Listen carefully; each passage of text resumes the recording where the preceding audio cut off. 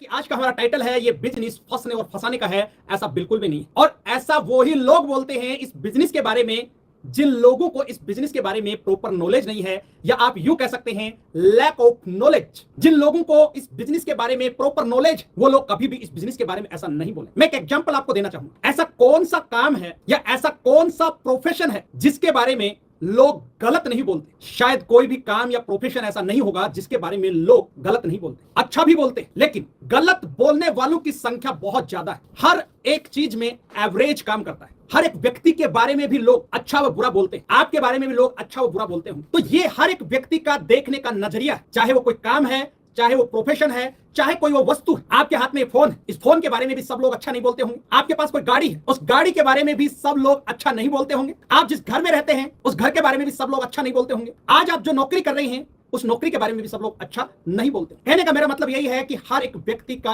हर एक चीज को देखने का अपना अपना नजरिया है। जैसा कि आपने सुना होगा, कुछ लोग कहते हैं कि मेरे को गुलाब में कांटे नजर आते हैं, और कुछ लोग कहते हैं कांटों में गुलाब नजर आते हैं। ये तो अपना अपना देखने का नजरिया है। और कुछ लोगों की तो आदत ही ऐसी हो चुकी है, हर एक चीज में वो सिर्फ कमियां ही कमियां ढूंढते हैं। चाहे वो कोई इंसान है, चाहे वो परिवार है, चाहे वो कोई धर्म है, चाहे समाज है, हर एक चीज में उनकी आदत बन चुकी है कि वो लोग सिर्फ और सिर्फ कमियां ही ढूंढते हैं। दोस्तों, ऐसे भी बहुत सारे लोग आपको मिलेंगे, वो उस परम पिता परमात्मा, उस गॉड के अंदर भी कमियां निकाल देते हैं। अब ऐसे लोगों को आप क्या कहेंगे? मैं तो सिर्फ इतना ही कहूंगा, ईश्वर, अल्लाह, गॉड, वाहिगुरु उनको सद्बुद्धि दे। इस मानसिकता से वो लोग निकले, सच्चाई को समझने की कोशिश करें। ऐसे थोड़ी है कि जैसे एक कबूतर है और आंख बंद करके बैठ गया कि बिल्ली मेरे को दिखाई नहीं देगी, तो क्या बिल्ली मेरे को खाएगी? तो मेरे दोस्त, अगर आप किसी चीज का प्रॉपर नॉलेज नहीं है तो उसका नॉलेज लीजिए, लेकिन किसी भी चीज के बारे में बिना सोचे समझे कुछ भी बोल देना, ये बिल्कुल भी सही नहीं। तो छोटी सी कहानी आप पर याद आ गई, मैं आपको बताना चाहूंगा। जिन लोगों की आदत सिर्फ कमियां ही निकालने हैं, उन लोगों के लिए एक छोटी सी कहानी है। एक व्यक्ति था, वो शिकार करता था। उसके पास में एक खूबसूरत कुत्ता था, और उस कुत्ते की एक खासियत थी, वो पानी के ऊपर चलता था। एक दिन तालाब पर वो शिकार करने के लिए जाता है। अपने एक परम दोस्त को वो बुलाता है, और उसका परम दोस्त भी तालाब पर आ जाता है। जब वो तालाब के अंदर बतख का शिकार कर रहा था, और शिकार करने के बाद अपने कुत्ते को बोलता है, आप वो बतख हैं, उनको उठा के लानी। वो कुत्ता जाता है, पानी पे चल के जाता है, बतख को पकड़ के ले आता है। उसका दोस्त भी देख रहा था। अब वो शिकारी सोच रहा था कि मेरा दोस्त मेरे कुत्ते के बारे में कुछ बोलेगा, लेकिन उसके दोस्त ने कुछ नहीं बोला। काफी देर हो गई। कुछ देर बाद वो घर जाने लगे। रास्ते में उस शिकारी से रहा नहीं गया कि यार मेरा दोस्त कैसा है, इसने मेरे कुत्ते के बारे में कुछ भी नहीं बोला। तो कहता है शिकारी अपने दोस्त को, यार एक बात बताओ, आपने मेरे कुत्ते के बारे में तो कुछ बोला ही नहीं। तो उसका जो दोस्त है वो कहता है कि हाँ, आपके कुत्ते को पानी में तैरना नहीं आता। तो आपको बात समझ में आ गई होगी मैं क्या कहना चाह रहा हूं, कि कुछ लोगों की आदत ही ऐसी है, उन्होंने चश्मा ही ऐसा लगा रखा है कि उनको सिर्फ और सिर्फ कमियां दिखाई देती हैं। और मजे की बात, उनको दूसरे लोगों के अंदर कमियां दिखाई देती हैं, खुद के अंदर नहीं। कमियां सब में होती हैं। जब आप एक उंगली किसी की तरफ करते हैं, तो बाकी की 3 उंगलियां भी मेरे दोस्त अपनी तरफ ही होती हैं। अब बात करते हैं आगे, कुछ एग्जांपल मैं और देता हूं, लेकिन सबसे पहले आप दिमाग से ये निकालें कि ये बिजनेस फंसने और फंसाने का, ये बहुत खूबसूरत बिजनेस, ये बहुत अच्छा बिजनेस, ये पवित्र बिजनेस। और फिर भी किसी व्यक्ति को ये लगता है कि ये तो सिर्फ बेवकूफ बनाने का बिजनेस है, ये फंसाने का बिजनेस है। तो मेरे दोस्त, कौन किसको फंसाता है, आज के इस वीडियो में यही डिटेल से मैं आपको बताने वाला हूं। आज जितने भी लोग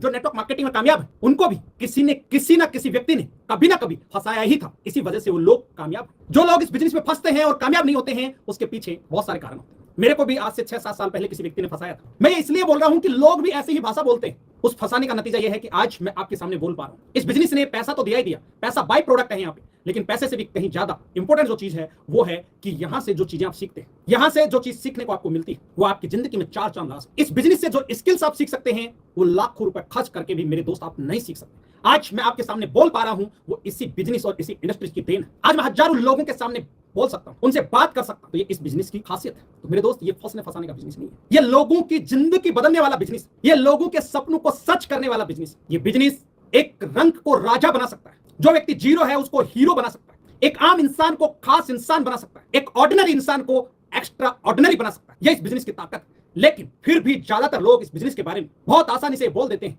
ये बिजनेस फंसने और फंसाने का है। मैं एक एग्जांपल आपको यहां पर देना चाहूंगा। अगर मैं अपने देश की ही बात करूं, हमारे देश के अंदर एक साल के अंदर लगभग 1 करोड़ से भी ज्यादा स्टूडेंट ग्रेजुएशन पूरी कर लेते हैं। अब आप सोचिए, 1 साल के अंदर 1 करोड़ से भी ज्यादा स्टूडेंट अपनी ग्रेजुएशन पूरी कर लेते हैं। अब आप सोचिए, अगर हम 1 साल में 1 करोड़ भी मान के चलें, तो 1 करोड़ स्टूडेंटों में से कितने स्टूडेंट्स को या कितने लोगों को जॉब मिल जाती है? मुश्किल से 1 साल के अंदर, मैं मैक्सिमम बता रहा हूं आपको, 10 लाख लोगों से ज्यादा को नौकरियां नहीं मिल पाती होंगी, जिसमें आपके गवर्नमेंट भी हैं, प्राइवेट लिमिटेड भी हैं, सेमी गवर्नमेंट भी है, सभी ऑर्गेनाइजेशन जो लोगों को रोजगार देते हैं, उन सबको मिलाकर मैं आपको बता रहा हूं कि 1 करोड़ स्टूडेंट ग्रेजुएशन पूरी करते हैं और उनमें से मुश्किल से 10 लाख स्टूडेंट को ही नौकरी मिल पाती है। अब आप सोचिए कि 90 लाख जो स्टूडेंट है उनका क्या। अब बहुत सारे क्रीम लोग भी इनमें से होते हैं, बहुत सारे लोग आईएएस आईपीएस बनते हैं, यूपीएससी क्लियर करते हैं, बहुत सारे लोग नीट का एग्जाम देके एमबीबीएस अपनी कंप्लीट करते हैं, बहुत सारे लोगों को आपने देखा होगा आईआईटी करते हैं। नीट की अगर हम बात करें, नीट में लाखों लोग हर साल अपनी किस्मत को आजमाते हैं। अगर मैं सिर्फ नीट की बात करूं तो नीट के अंदर सन 2024 में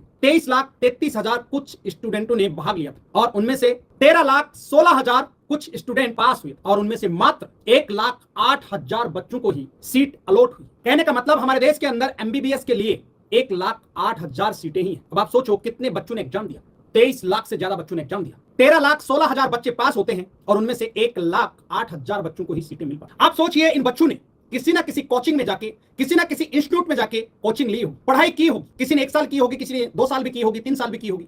अगर 1 साल का हम एवरेज लेके चलें, 1 साल में 1 लाख रुपए भी खर्चा आ सकता है, 2 लाख भी आ सकता है, 3 लाख भी आ सकता है। आप जिस तरीके के कोचिंग सेंटर में जाएंगे, जिस तरीके के इंस्टीट्यूट में जाएंगे, खर्चा उसी तरीके से होगा। आप कौन से शहर से अपने बच्चे को कोचिंग दिलवा रहे हो, आपका खर्चा इस बात पर निर्भर करता है। अगर हम ये मान के चले एक बच्चे का खर्चा 1 साल के अंदर, उसका रहने का, खाने का, पीने का, कोचिंग का, किताबों का, अगर 2 लाख रुपया भी 1 साल का आता है, 1,08,000 बच्चों का ही सिलेक्शन हुआ, सब बच्चों ने मेहनत की। अब आप सोचो बाकी के जो 23 लाख बच्चे बैठे, उनमें से 1,08,000 का सिलेक्शन होता है, बाकी के लोगों का क्या? वो 22 लाख लोग जिन्होंने कोचिंग किया। अब आप मल्टीप्लाई कर लो कितने करोड़ों रुपए का कमाई जितने भी ऑर्गेनाइजेशन है उन्होंने किया। अब फंसाने का काम किसने किया? नेटवर्क मार्केटिंग करने वालों ने या उस ऑर्गेनाइजेशन? क्या कोई पूछता है ऑर्गेनाइजेशन से, उन कोचिंग सेंटरों से कि आपके यहां पर मेरा बच्चा एमबीबीएस के लिए, नीट के लिए तैयारी कर रहा था और मेरा बच्चा पास नहीं हुआ, क्या वो पैसे आप मांगते हैं वहां पर जाकर? आज बच्चा स्कूल जाता है, एजुकेशन पे लाख रुपया खर्च करता है, के बावजूद भी उसको नौकरी नहीं मिलती। क्या कभी उस कॉलेज से, उस स्कूल से जाकर किसी माँ बाप ने कहा है कि मैंने लाख रुपया अपने बच्चों पे खर्च किया है और आज उसको नौकरी नहीं मिली? तो एक्चुअल में फंसा कौन रहा है? नेटवर्क मार्केटिंग में लोग फंस रहे हैं या वहां पर जितने ऑर्गेनाइजेशन हैं वो लोगों को फंसा रहे हैं? लोग यूपीएससी की तैयारी करते हैं। यूपीएससी की अगर हम बात करें 2024 में लगभग 13,50,000 बच्चे अपनी किस्मत को आजमा रहे थे और उसमें से अगर मैं मेंस एग्जाम की बात करूं, लगभग 14,627 बच्चों ने क्वालिफाई किया और लेने कितने थे? टोटल 1,105। अब आप सोचो जहां पर कितना टफ एग्जाम होता है, 13,50,000 स्टूडेंट एग्जाम में बैठे, उन्होंने तैयारी की होगी, अच्छी अच्छी कोचिंग से उन्होंने एजुकेशन ली होगी। अब मल्टीप्लाई कर लो वहां पे भी, अगर 2 लाख रुपया भी एक बच्चे का लग रहा है, करोड़ों रुपए, जो चुनून करोड़ों रुपए मात्र कुछ इंस्टीट्यूट होंगे जिन्होंने इतनी बड़ी कमाई की। अब कौन फंसा रहा है? मेरे दोस्त, कभी भी सुनी सुनाई बातों पर भरोसा मत किया। किसी भी बात की सच्चाई जानने की एक बार कोशिश तो किया करो। अगर मैं आईआईटी की बात करूं, अगर हमारे देश में 2024 की हम बात करें, 2024 में लगभग 15 लाख बच्चों ने एग्जाम दी और जिसमें से 17,750 के आसपास हमारे देश के अंदर आईआईटी की सीटें। अब आप सोचो कितने क्रीम लोग, चाहे वो नीट की एग्जाम दे रहे हैं, चाहे वो यूपीएससी के लिए तैयारी कर रहे हैं, चाहे वो आईआईटी की तैयारी कर रहे हैं, लाखों बच्चे घर से बाहर जाते हैं, तैयारी करते हैं, अच्छे अच्छे कोचिंग सेंटर्स में जाते हैं और वहां पर लाखों रुपया खर्च करते हैं, उसके बावजूद भी उन लोगों का सिलेक्शन नहीं हो पाता है। अब आप ही मेरे को बता दीजिए कि कौन फंसाने का काम कर रहा है? वो इंस्टीट्यूट फंसाने का काम कर रहे हैं या नेटवर्क मार्केटिंग के अंदर लोग फंसाने का काम कर रहे हैं? मेरे दोस्त, आपको अपने विवेक का इस्तेमाल करना है। मैं ये नहीं कह रहा कि नेटवर्क मार्केटिंग में लोगों के साथ में गलत नहीं होता है। बहुत सारे लोग हैं जिन्होंने इस इंडस्ट्रीज को बदनाम किया है, कुछ गलत लोग हैं जिनकी वजह से इस इंडस्ट्रीज की, इस बिजनेस की बदनामी हुई।